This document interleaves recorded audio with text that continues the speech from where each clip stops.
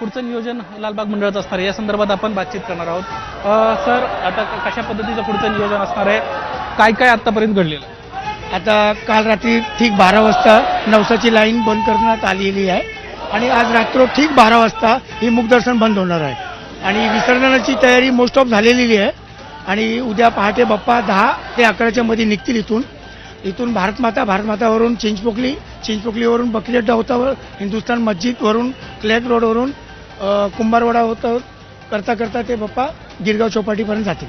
साधारणपणे मागील 8 दिवसामध्ये किती भाविकांना तुम्हाला वाटतं की दर्शन या ठिकाणी? माझे मते रोजचे 8 ते 10 लाख पब्लिक येत आहेत लालबागच्या राजाच्या दर्शनासाठी.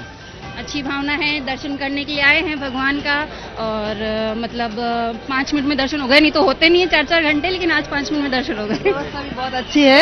हाँ, जो आहे या ठिकाणच्या व्यवस्थेबद्दल देखील एक कौतुक भाविकांकडून होत आहे. आज पुढच्या काही वेळामध्ये मुखदर्शनाची देखील रांग जी आहे ती बंद होणार आहे आणि त्यामुळे भाविकांची सकाळच्या सुमारास देखील मोठी गर्दी आपल्याला पाहायला मिळते.